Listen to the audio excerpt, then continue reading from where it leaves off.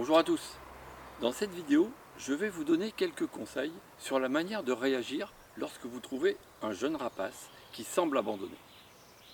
J'aborderai les étapes à suivre pour assurer sa sécurité, ainsi que les précautions à prendre lors de son sauvetage. Même si le sujet traité concerne plus spécifiquement les rapaces, la plupart des recommandations pourraient s'appliquer aux autres espèces d'oiseaux, notamment les contacts des structures officielles spécialisées dans le secours de la faune sauvage donnés en fin de reportage. On y va? Les jeunes rapaces, en général, surtout les rapaces nocturnes, sortent de leur cavité, puisque ce sont des cavernicoles, avant de savoir voler. Il est courant que les gens, dans les milieux forestiers ou campagnards, là où se trouvent soit les chouettes hulottes en forêt, soit les chevêches d'Athéna en milieu ouvert dans les zones rurales, comme ici, se retrouvent un peu isolées en fait au sol, et on a l'impression qu'elles sont perdues. Alors ce sont des boules de duvet vraiment très mignonnes avec des grands yeux étonnés, et forcément le commun des mortels n'a envie que d'une chose, c'est de le ramasser. Alors on va tout de suite donner l'alternative en fait. La première, c'est si vous voyez donc un jeune rapace, une jeune chouette, une jeune petite boule qui peut être toute blanche, à part pour certaines espèces comme les petites effraies, au pied d'une haie, dans un milieu, voilà, un milieu où ça paraît propice, son biotope normal, c'est-à-dire en forêt pour les hulottes et en milieu ouvert pour les chevêches. Le premier réflexe à avoir, c'est de regarder s'il est en bonne santé. Bon, si a priori il est plutôt droit, il vous regarde, il a l'air un peu alerte, très bien, on n'y touche pas. Si il est alerte, qu'il a l'air en bonne santé, mais que malgré tout vous l'avez repéré parce que vous avez vu un prédateur à proximité, du type chat, chien, pie, corvidé, etc., et qu'il est visiblement en danger, ou aussi coincé entre, voilà, dans un barbelé ou derrière, voilà. S'il n'est pas dans une situation normale, dans ce cas-là, il faut intervenir, effectivement. C'est la seule fois où il faut intervenir. Donc, vous prenez le jeune et vous le mettez dans une petite boîte, et on vous donnera donc à la fin du reportage les numéros utiles pour la suite des événements. Bon, aujourd'hui, on a été appelé par une dame, donc ici dans les Flandres, qui a donc récupéré une petite chevêche d'Athéna dans sa pelouse. Cette dame l'a repérée parce qu'il y avait son chien qui était à proximité, qui l'intéressait beaucoup, et des pies qui effectivement essayaient de voir, je pense que dès que le chien serait parti, les pies effectivement auraient probablement tué la jeune chevêche. Hein. Bon, c'est comme ça, c'est la vie. Donc le réflexe de cette dame, c'est effectivement d'avoir récupéré cette chevêche. Bon, maintenant, quoi faire? Donc je vais vous présenter Sigrid qui a ramené donc cette petite chouette. J'ai trouvé cette petite chouette, mon chien essayait de jouer avec. C'est pas un chien méchant, donc il cherchait pas à la manger, mais il jouait avec. Je dis bon, je vais rentrer le chien et après, elle fait quoi cette petite là?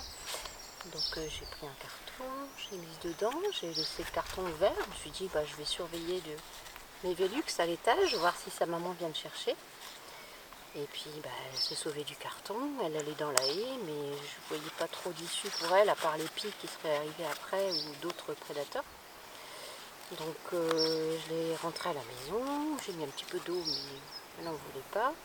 Et puis j'ai cherché un peu sur les réseaux sociaux des contacts, et puis je vous ai trouvé.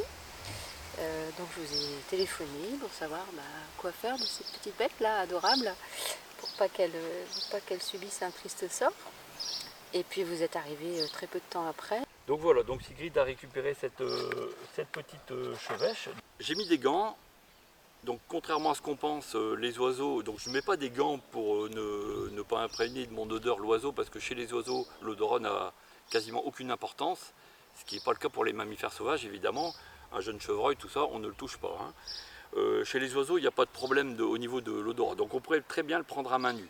Après, bon, avec les problèmes de grippe aviaire, de bactéries qui peuvent toujours se balader au niveau de ces cerfs, hein, qui sont ses armes en fait, hein, puisqu'on voit bien là, c'est avec ça qu'elle va tuer ses proies, hein, ses petits campagnols, ses petites souris. Donc effectivement, moi j'ai mis les gants plus pour éviter les micro-piqûres qui pourraient être générées par ces cerfs, hein, vous voyez qu'elles s'accrochent bien.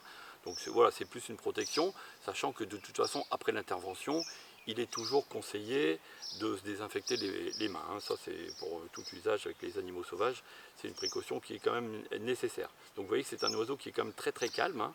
Donc il paraît complètement apaisé. il faut se méfier, il y a quand même un stress qu'on ne voit pas chez les rapaces nocturnes, donc il faut quand même agir relativement vite. Donc j'ai effectué un petit examen, je ne suis pas vétérinaire, hein, je le dis tout de suite évidemment, mais bon, je suis bagueur, donc on a l'habitude de manipuler des oiseaux, donc il y a quand même des petits gestes simples pour voir si au niveau des ailes il n'y a pas de fracture, les pattes sont bien vigoureuses, bien nerveuses, ils s'accrochent bien, donc ça, tout ça ce sont très bons signes. Elle est en parfaite santé. Donc c'est typiquement un jeune, on le voit d'ailleurs au niveau de ses ailes, on voit vraiment les petits plumeaux. Donc les rémiges ici qui sont les plumes voilières qui sont en pouce, hein.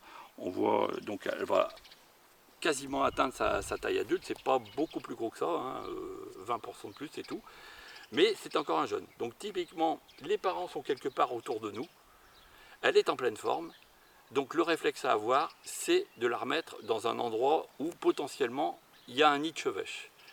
Alors voilà, le nid de chevêche, c'est pas forcément facile à trouver. Il y a une belle haie de sol coupé en tétard à proximité. C'est quand même un lieu privilégié pour la chevêche. Donc elle va chercher une petite cavité dans une branche morte du sol tétard. Probablement que de toute façon, la petite famille est là.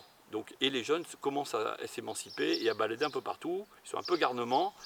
Et voilà, de temps en temps, ils se retrouvent au milieu d'une pelouse comme ça, un peu rase, un peu perdue. Et c'est là que, effectivement, c'est bien d'intervenir.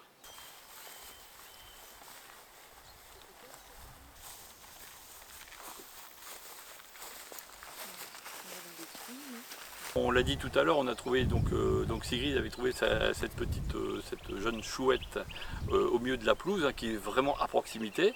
Donc le premier travail pour le relâcher, c'est déjà de voir s'il y a un biotope favorable. Parce qu'effectivement, si ce n'est que des champs cultivés tout autour sans aucun arbre, bon là du coup ça deviendrait étonnant que cette jeune chouette arrive là. Bon là, effectivement, à proximité, on a déjà cette friche qui est certainement très riche en micro-mammifères, donc ça c'est très bien. Et on a cette belle haie de sol. Donc après quelques recherches quand même, bon, on n'a pas trouvé la cavité où devrait donc avoir niché ce couple de chevêches. Mais néanmoins, je suis quasiment sûr, vu l'environnement, que ça se passe ici. D'ailleurs, on vient de l'entendre, malheureusement, pas au moment d'enregistrement, on vient d'entendre le cri d'un des deux adultes. Donc ça, c'est très très bon signe. Ça prouve que c'est vraiment dans cette zone-ci que ça se passe. Donc là, maintenant, on va prendre ta petite chouette, on va la mettre donc au pied du sol ou sur une branche basse. Donc ça peut paraître un peu en abandon, mais non, parce qu'en fait les rapaces nocturnes en particulier, mais tous les oiseaux, ont une ouïe très très fine. Et la première chose qu'elle va faire, c'est que dès qu'on l'aura lâchée dans ce milieu-là, elle va émettre quelques petits cris, et aussitôt les parents vont l'entendre, la détecter et lui ramener à manger. Ça c'est évident. Donc c'est la meilleure chose à faire pour ces petits rapaces. Voilà, encore une fois, s'il ne court pas un danger immédiat, s'il est en bonne santé, il n'y a pas une aile brisée, des choses comme ça, là effectivement l'idéal est de le replacer dans son milieu, on va dire, naturel, et les parents sont tout à fait capables de le retrouver. Donc ça, c'est aucune inquiétude là-dessus. Voilà. La dernière solution, évidemment, si il n'y a vraiment pas de milieu, on ne le sent pas, c'est de le transférer vers un centre de soins spécialiste de la faune sauvage. Donc on entend tout sur les réseaux sociaux, hein. Donc je vous donnerai donc en fin de reportage les numéros à appeler, les contacts de gens qui sont vraiment habilités et expérimentés pour la sauvegarde de la faune sauvage, qui est une activité très particulière, très réglementée. Ce que l'on fait là, déjà, bon, il y a des dérogations, mais ce sont des espèces protégées, donc le colportage est interdit. Ça veut dire qu'on n'a pas le droit de transporter, même pour le soigner, une espèce protégée.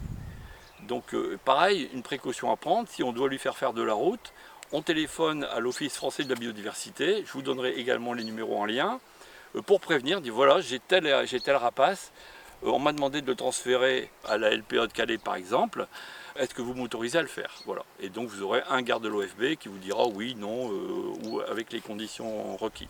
Voilà. Donc ça c'est important de le faire aussi. On ne fait pas n'importe quoi avec des espèces sauvages, notamment les espèces protégées. Voilà, maintenant on va donc essayer de relâcher ce petit bout là, parce qu'il doit en avoir un peu marre d'être dans son carton. Si on l'avait bagué, on lui aurait donné un prénom, vous devinez tous. Donner le prénom de sa sauveteuse. Mais bon là, il n'y a pas de programme de bagage sur cette espèce pour l'instant, donc on va la relâcher sans bague. Donc c'est l'heure du relâcher de notre petite chevêche, en espérant que voilà, papa et maman viendront la nourrir très très vite, mais j'ai bon espoir.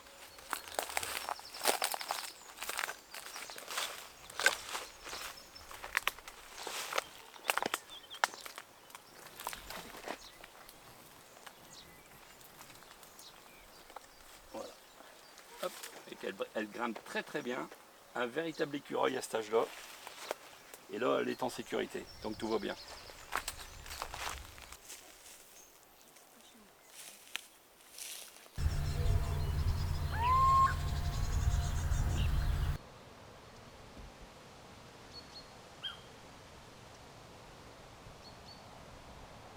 Bon voilà, Sigrid, vous avez fait votre BO de la journée. Eh ben, merci à vous surtout.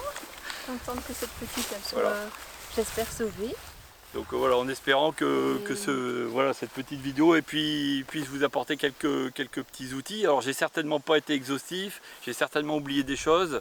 Voilà, on a essayé de faire court, même si c'est déjà trop long, d'après mon épouse qui est en train de filmer. Mais bon, voilà, on essaye de dire les choses. Donc n'hésitez pas à regarder donc en fin de reportage les petits liens qu'on va vous mettre pour appeler les bons numéros et trouver les bonnes personnes le plus rapidement possible. Voilà, merci à tous.